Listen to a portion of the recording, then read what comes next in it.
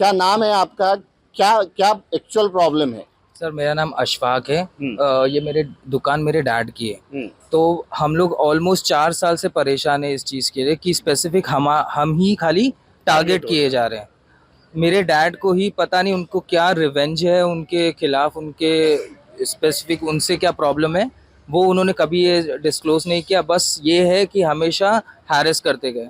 हमारे पे पेनल्टी भी लगाया गया। हमने पेनल्टी ये सोचकर दिया सोसाइटी को पेनल्टी कि कुछ झगड़ा ना हो, इसीलिए हम उस डर की वजह से पेनल्टी भी दे रहे थे। पर अभी ऐसा हो गया कि आज बीएमसी के लोग आए थे सुबह सुबह और उन्होंने ये शटर पूरा काट कर चले गए। तो मुझे सिर्फ यही कहना है कि सिर्फ स्पेसिफिकली एक ही बंदे को क्यों हैरेस कर रहे हैं। अगर रूल हो रहे सबके लिए तो सेम चीज़ होना चाहिए सबके लिए, राइट। बाकी सारे मीरा रोड में ऐसे बहुत सारे शटर्स लगे हुए हैं। यहाँ पे अगर हमारी कुछ चीज़ें हैं, इंपॉर्टेंट है, कुछ महंगी चीज़ें हैं, तो उसी के लिए सिक्योरिटी के लिए वो शटर लगाया गया था। राइट। क्या इस बिल्डिंग में और भी ऐसा कुछ स्ट्रक्चर को वो छेड़छाड़ किया गया है, या फिर ये आपने ही इतना सा किया था? एक्चुअली अगर आप ब्लूप्रिंट निकालोगे ना और टाउन प्लानिंग से, तो आपको ये पता चलेगा कि यहाँ पे 1 BHK को 2 BHK बनाया गया है और एक डक्ट स्पेस जो बाहर था उसको उससे दीवार तोड़कर वो स्पेस भी ले लिया गया है। 6th फ्लोर पे आप देखोगे बैल्कनी पूरा बाहर निकाली गई है। उसके अंदर 6th फ्लोर भी जो डक्ट स्पेस लिया है 6+7, और वो बोलते हैं कि बिल्डर ने दिया है। आप हमको ये बताइए कि अगर बिल्डर देगा तो 6th फ्लोर ही देगा ना, 6 के साथ 7th फ्लोर भी तो नहीं दे सकता है बाहर का एरिया। जैसे फॉर एग्जांपल इधर है बाहर का, तो वहाँ पे वो एरिया उन लोगों ने कवर करके वो एक और एक्स्ट्रा रूम बना दिया है उस मतलब चीज़ का। ऐसा नहीं है कि इस बिल्डिंग में इस तरह का छोटा मोटा अल्ट्रेशन नहीं हुआ है, वो सब हुआ है, लेकिन उन पे कोई टारगेट नहीं किया जा रहा है मेजर आपको। ऑल्टरेशन। लेकिन आपको क्यों टारगेट किया जा रहा है, वजह क्या है? हम खुद जानना चाहते हैं कि स्पेसिफिकली हम क्यों रीजन है। इनको भी टारगेट का पता नहीं है। हाँ। इस बिल्डिंग का नाम क्या है और क्या नाम है आपका? Lilac cooperative housing society. Okay, ये लाइलैक कोऑपरेटिव हाउसिंग सोसाइटी है। और जब हमने इनसे ये सवाल पूछा कि आपको ही क्यों टारगेट किया जा रहा है, तो ये कहते हैं कि वो वजह मैं खुद तलाश रहा हूँ कि आखिर मुझे ही क्यों मतलब टारगेट किया जा रहा है। दोस्तों, आप आए दिन देख रहे होंगे कि मीरा भाईंदर में अभी प्रताप सरनायक जी ने भी अवैध बांधकाम के हिसाब से बहुत सारे इश्यूज उठाए हैं कि बहुत सारे बड़े बड़े अवैध बांधकाम हो रहे हैं। कहीं पे तोड़क कार्रवाई हो रही है, कहीं पे नहीं हो रही है। लेकिन जब सोसाइटी एक सोसाइटी के का प्रीमाइसेस होता है और दुकान वगैरह होती है, तो उस दुकान के बाहर आप अक्सर देखेंगे ज़्यादातर लोगों ने शेड बनाया हुआ होता है। वो शेड जो है धूप और बारिश की सुरक्षा के लिए ओपन शेड होता है, वो बनाया जाता है और लोग बनाते हैं।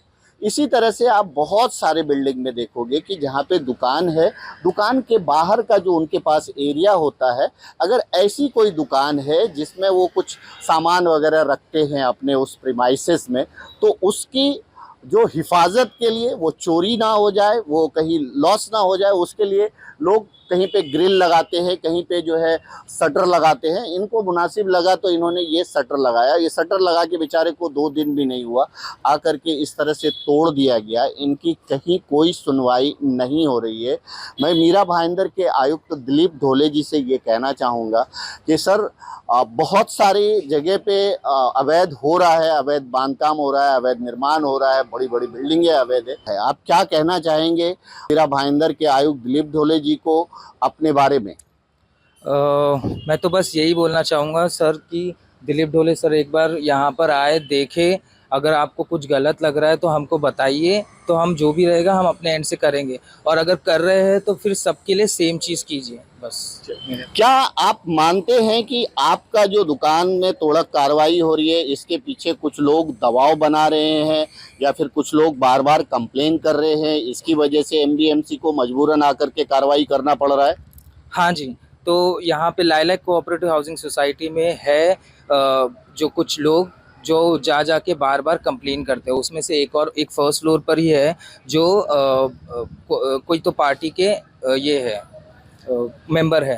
तो उस वजह से पॉलिटिकल प्रेशर भी बहुत आ जाता है इस पे। तो बेसिकली सिर्फ पॉलिटिकल प्रेशर के वजह से ही यहाँ पे बीएमसी को भी एक्शन लेना पड़ रहा है। दोस्तों अब मैं इसको थोड़ा सा आपको दिखाना चाहूँगा कि ये वो जो ये शॉप है, अगर मैं बात करूँ तो ये शॉप है, ये शॉप के प्रीमाइसेस का एरिया है और ये बाहर का एरिया है। आप देखेंगे तो बहुत बड़ा एरिया है ये, और अगर देखा जाए तो ये पान दुकान, ये सारे चीज़ जो है कहीं ना कहीं अवैध हो जाते हैं। और अगर इधर भी देखा जाए तो ये सारे जो है सोसाइटी का, इनका जो शॉप का एक लेआउट बना रहता है, उसके अलावा जो इतना सारा जगह है और ये पूरा एरिया, अब यहाँ पे मुझे नहीं लगता कि एक फुटपाथ को कब्जा किया गया है तो शायद फुटपाथ की वजह से जो है उसको ये किया जाए कि लोगों को आने जाने में तकलीफ हो, ऐसा भी नहीं है। ये बहुत ही ओपन स्पेस है, बड़ा स्पेस है, और एक आदमी अगर बिजनेस करना चाहता है, दुकान चलाना चाहता है, और अगर उसको इस तरह से बार बार परेशान किया जाएगा, बहुत सारी बातों को मनपा नज़रअंदाज करती आ रही है।